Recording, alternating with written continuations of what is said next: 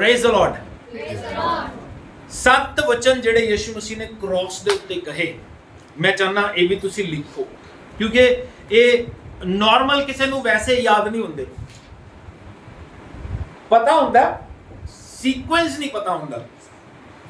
की होया, परमेश्वर ने यानी यीशु मसीह ने क्रूस के ऊपर 7 ऐसे शब्द बोले जो हमारी जिंदगी के लिए बहुत इंपॉर्टेंट हैं, जिनको हम अपनी लाइफ में रखते हैं कि हाँ प्रभु ने ये वचन हमें दिए हैं और इनके अनुसार हम जी सकते हैं। पहला शब्द यीशु मसीह ने क्या कहा, बोलो मेरी तरफ देखो, बोलो यीशु मसीह का पहला शब्द क्रॉस पे क्या था? हाँ ओके, पहला शब्द यीशु मसीह ने किया, हे पिता इन्हें क्षमा कर क्योंकि ये नहीं जानते कि ये क्या करते हैं। लूका रचित सुसमाचार उसका 23 अध्याय 34 पद पढ़ेंगे। यीशु मसीह ने क्या कहा? पिता इनको माफ कर क्योंकि ये नहीं जानते कि ये क्या कर रहे हैं। पढ़ेंगे जल्दी से। हाँ जी। तब यीशु ने कहा, हे पिता इन्हें क्षमा कर क्योंकि ये नहीं जानते कि क्या कर रहे हैं। क्या ये क्या कर रहे हैं? अब एक सवाल आपसे मैं करना चाहता हूं, ये क्षमा यीशु मसीह किसके लिए मांग रहे हैं? बताइए। ये क्षमा, ये माफी यीशु मसीह किसके लिए मांग रहे हैं? ये एक एक चीज मैं चाहता हूं आप अपनी लाइफ में लिखें, एक एक चीज, क्योंकि एक एक भेद प्रभु ने अपने दास को प्रकट किया है। लिखिए, सुनिए क्या कहती है बाइबल। कहते हैं पिता इन्हें माफ कर क्योंकि ये नहीं जानते ये क्या कर रहे हैं। ये माफी किन लोगों के लिए है? किन लोगों के लिए बताइए? हमारे लिए नहीं, किन के लिए है? जिन्होंने। ऐसा क्यों कहा यीशु मसीह ने मालूम? क्योंकि वहां पे कुछ लोग ऐसे थे जो सब कुछ जानते थे। वो कौन थे? ग्रंथी, फरीसी, जिनको सारी नॉलेज थी।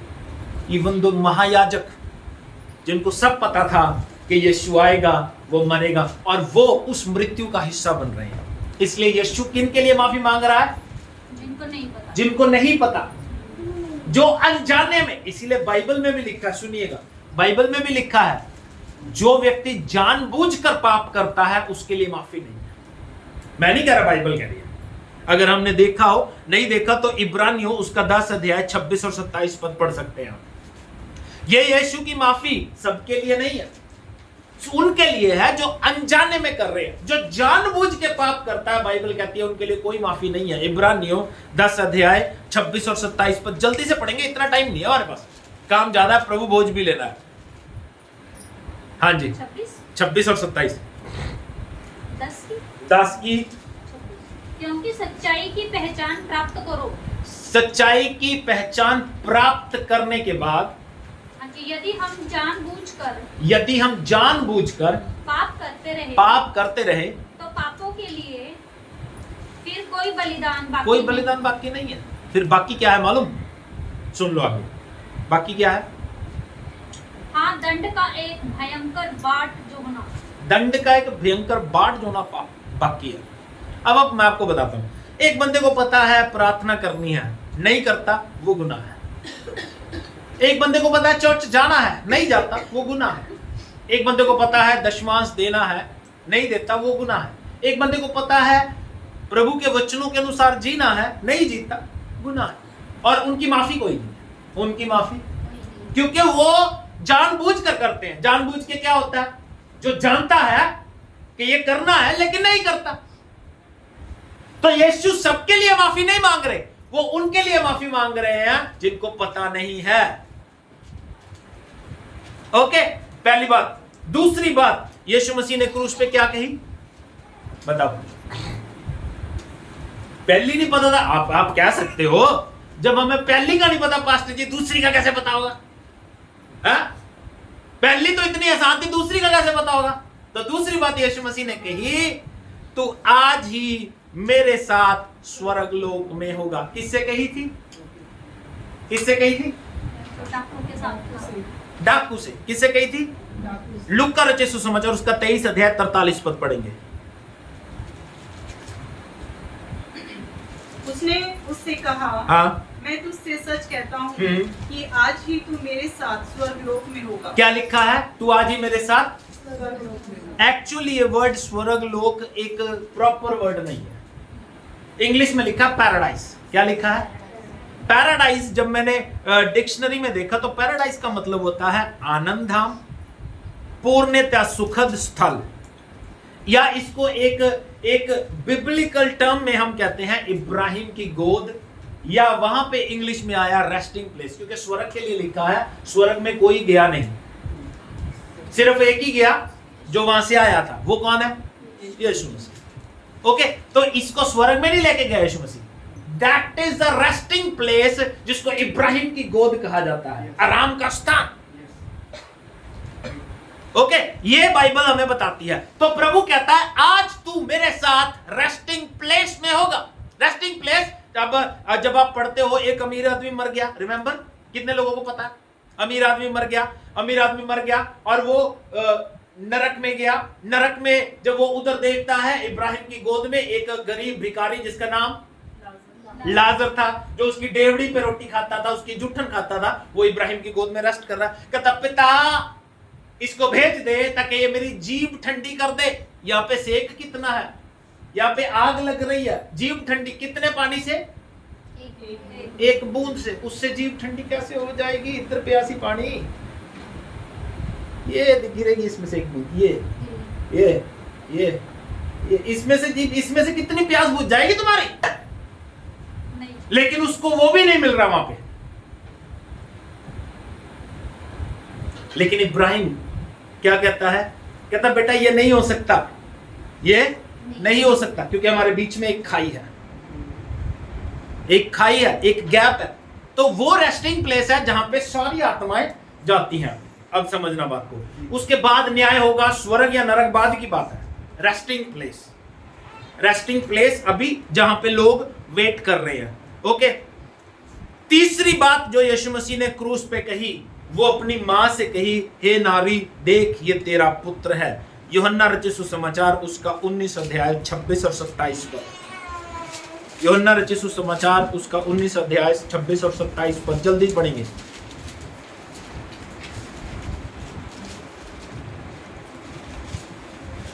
जब यीशु ने अपनी माता और उस चेले को जिससे वह प्रेम रखता था पास खड़े देखा, तो अपनी माता से कहा, हे नारी देख यह तेरा पुत्र है।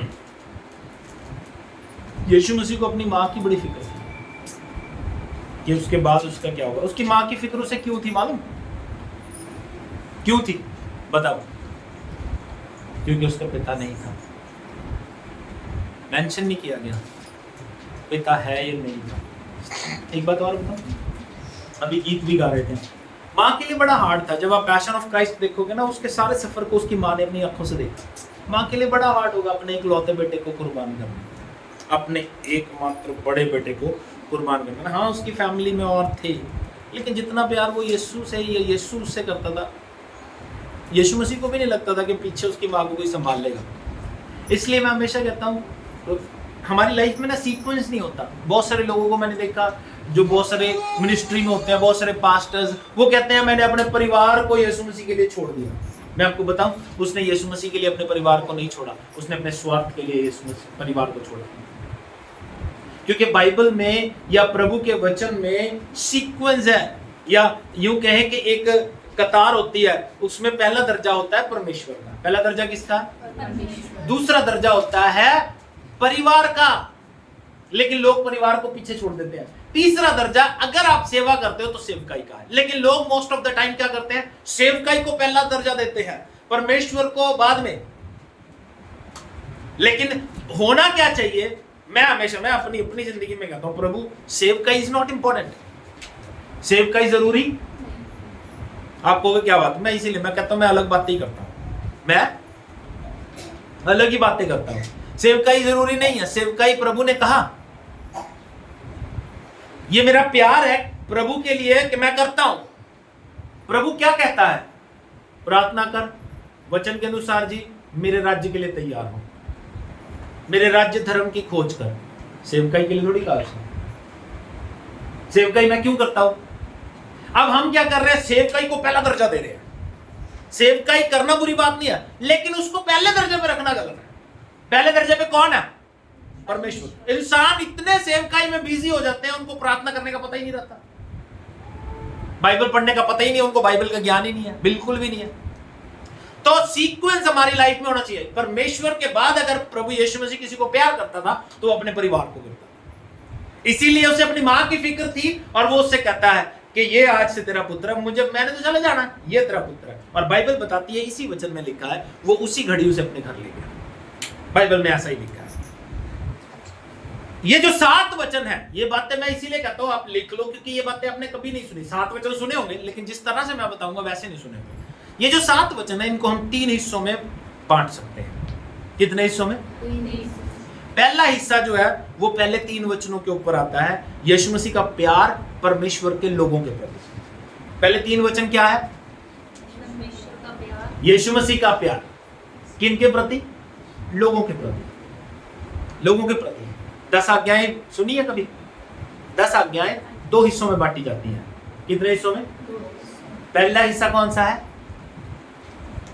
पहला हिस्सा 1 आज्ञा से लेकर 4 आज्ञा तक, उसमें क्या है? वो परमेश्वर के साथ रिश्ते को दिखाता है। और 5वीं आज्ञा से लेकर 10वीं आज्ञा तक लोगों के साथ रिश्ते को दिखाता है। तो ये जो 7 वचन है, इसमें पहला हिस्सा, पहले 3 वचन क्या है? परमेश्वर प्रभु यीशु मसीह लोगों के प्रति अपना प्यार दिखा रहे हैं। किनके प्रति? आप देख लो, पहले वचन में क्षमा मांग रहे हैं लोगों के लिए। इसके लिए? लोगों के लिए जो अनजाने हैं। दूसरे वचन में एक डाकू को अपने साथ पैराडाइज में लेके जा रहा है। तीसरे वचन में अपनी मां की चिंता कर रहा है। ओके, पहला हिस्सा ये है। चौथा जो वचन प्रभु यीशु मसीह ने कहा, जो क्रूस के ऊपर, ये जैसे जैसे कंप्लीट होते रहेंगे वैसे बताता रहूंगा। दूसरा हिस्सा जब ये कंप्लीट हो जाएंगे अगला पार्ट, तो उसमें बताऊंगा। पहले 3 वचन पहले हिस्से का हिस्सा है, जिसमें यीशु मसीह लोगों के प्रति अपने प्यार को दिखाता है। राइट?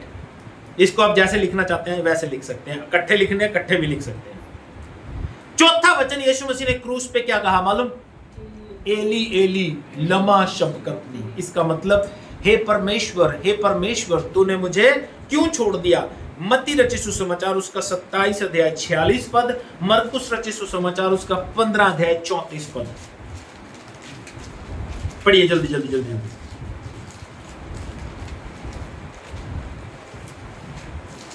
Thank you Jesus.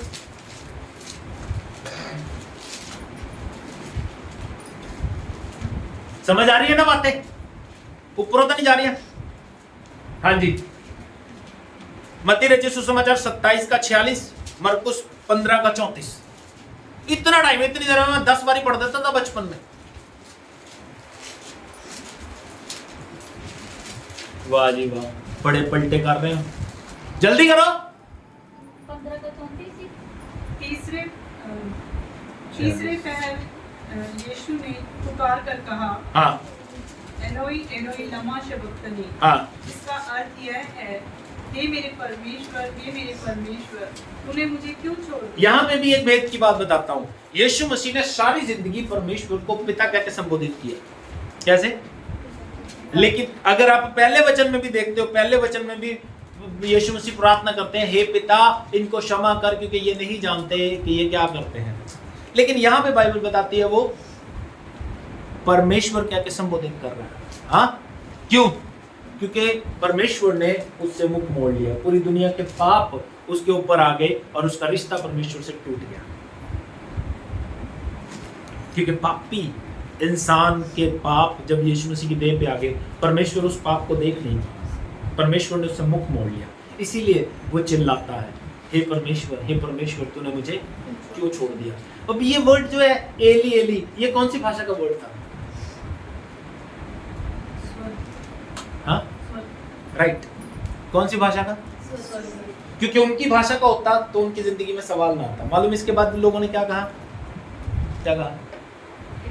रुको, ये एलिया को बुला रहा है, देखते हैं एलिया आता है कि नहीं आता। क्योंकि अगर उनकी लैंग्वेज का वर्ड होता तो उनको समझ में आता। एली एली का मतलब ये नहीं है एलिया एलिया आ जा। एली एली का मतलब क्या है? हे परमेश्वर तूने मुझे क्यों छोड़ दिया। परमेश्वर सारी दुनिया के पाप जब यीशु पे आ गए, और यूहन्ना 1:1 बताता है, आदि में वचन था, वचन परमेश्वर के साथ था, वचन परमेश्वर था। ये यीशु आदि से परमेश्वर के साथ चल रहा था। जब आदि से परमेश्वर के साथ चल रहा है और आज उसको परमेश्वर से अलग होना पड़ रहा है, तब वो चिल्ला उठा, एली एली लमा शब्बक्तानी, तूने मुझे परमेश्वर क्यों छोड़ दिया। और मुझे लगता है परमेश्वर ने जवाब भी दिया होगा, सोनू के पापों की वजह से। किसके गुनाह? मेरे गुनाह, आपके गुनाह यीशु मसीह के ऊपर चले गए। वो बोझ बहुत बड़ा था। इसीलिए हबक्कूक की किताब में लिखा है, हबक्कूक की किताब में लिखा है, उसकी आंखें ऐसी पवित्र है कि वो बुराई को देख नहीं सकती। जब सारी दुनिया की बुराई यीशु मसीह पे आ गई ना, तो परमेश्वर को देखने में तकलीफ होती है। सब सारी दुनिया के पाप यीशु मसीह के ऊपर आ गए। यीशु मसीह ने खुद लिए थे क्योंकि मुझे बचाना था, लेकिन वो अलगाव जरूरी था, क्योंकि अगर वो अलगाव ना होता तो मेरा मिलाप यीशु मसीह के साथ नहीं हो सकता। Okay, thank you Jesus. पांचवी बात जो यीशु मसीह ने कही क्रूस के ऊपर, क्या कहा? मैं प्यासा। क्या कहा? यूहन्ना 19:28 पर। इसके बाद यीशु ने यह जानकर कि अब सब कुछ पूरा हुआ, हाँ, इसलिए कि पवित्र शास्त्र में जो कुछ कहा गया था वह पूरा हो कहा, हाँ। मैं प्यासा हूँ। क्या कहा? मैं प्यासा हूँ। क्या कहा? मैं प्यासा हूँ। और बाइबल बताती है, जैसे अभी बात कर रहे थे हम, यीशु मसीह को पानी मिला नहीं, तो वो जो प्यास थी यीशु मसीह की, मालूम किस चीज की थी? क्यों प्यासा था? किस चीज के लिए यीशु मसीह चिल्ला रहा था? मालूम? रूहों की प्यास। किसकी? लोगों को बचाना चाहता था वो। एक ऐसा इंसिडेंट यूहन्ना 4 में हुआ। यीशु मसीह एक कुएं के पास गए और एक स्त्री से कहते हैं पानी पिला दे। अगर आप उसको ध्यान से पढ़ोगे ना, पानी वहां पे भी नहीं पिया, पानी वहां पे भी प्यास किस चीज की थी? उस एक को यीशु मसीह ने वचन सुनाया, उस एक से बातें की, उसने पूरे गांव में शोर मचा दिया। मालूम ये जिम्मेवारी हमारी भी है। आज हम कितने लोगों को वचन सुनाया या कितने लोगों को यीशु के पास लेके आए हैं? मुझे नहीं लगता हमारे खाते में एक भी बंदा लिखा हुआ है। हमारे खाते में लिखा, एंट्री करवा के देखना आज रात को। हाँ, अपनी कॉपी ले जाना यीशु मसीह के पास, एंट्री करवा के देखना कितने बंदे आपके खाने में लिखे हुए हैं कि इनको बचाया तूने, इनको बचाया, इनको बचाया, इनको बचाया।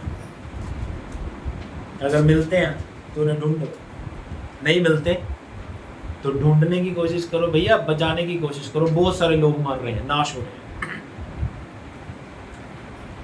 पहली बात मैंने आपको बताई, यीशु मसीह का प्यार लोगों के प्रति।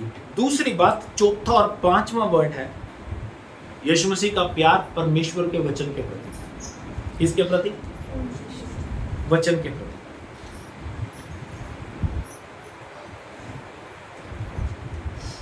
यीशु मसीह का प्यार परमेश्वर के वचन के प्रति।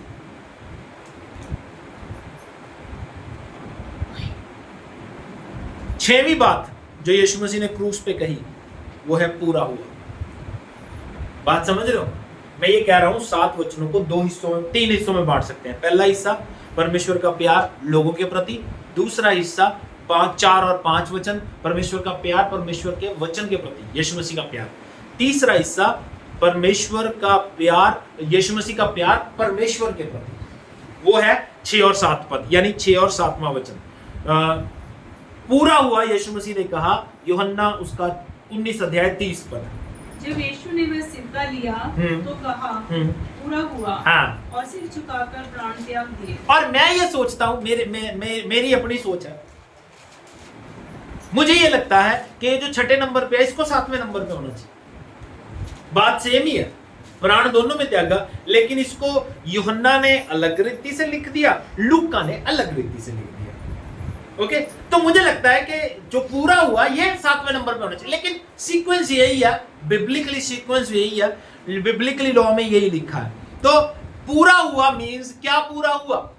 इंग्लिश में लिखा है इट इज फिनिश्ड, यानी जो काम मुझे सौंपा गया था, मुक्ति का काम मुझे सौंपा गया था, जो उद्धार का काम मुझे दिया गया था, वो पूरा हो गया। ओके, वो पूरा हो गया।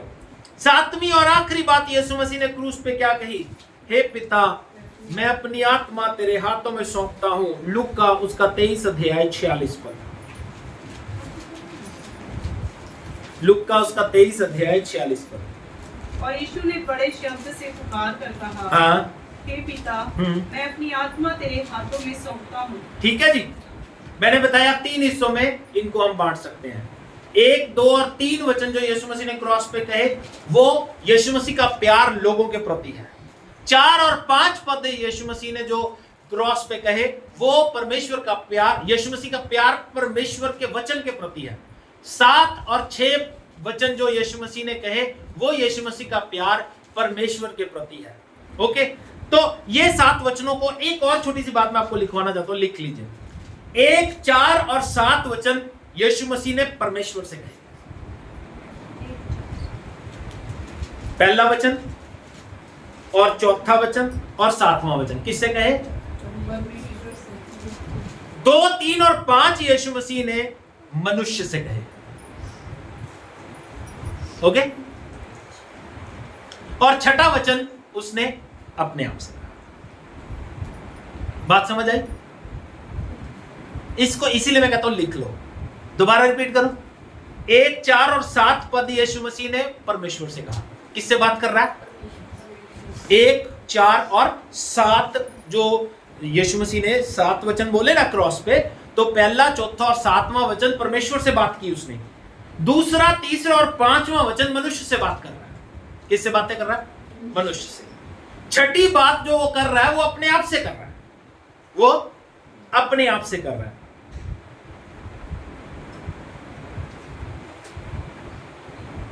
ये 7 वचन यीशु मसीह ने क्रॉस पे बोले।